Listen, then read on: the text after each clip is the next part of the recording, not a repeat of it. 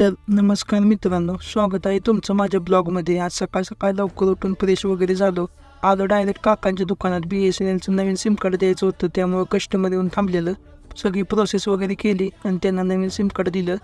आज सगळ्या मित्रांनी मिळून नियोजन केलेलं. हॉटेलला जेवायला जायचं होतं. मी, हर्षा आणि ऋषभ तिघंजणं गाडीने गेलो. तोपर्यंत मागची पाठीमागून अजून दोघं तिघं येणार होती. मग त्यांची वाट बघत थांबलेलं. ते आले. आलो आतमध्ये हॉटेलमध्ये, ऑर्डर वगैरे दिली. इकडं तिरल्याचं काही वेगळंच चाललेलं, त्याला काही दम निघत नव्हता ताट येतोपर्यंत.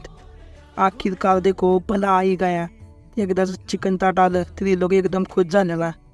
तिथून आलो बघा डायरेक्ट मंडळात आलो तर आमचे मंडळाचे अध्यक्ष माने यांची तयारी चालूच होती सजावटीची.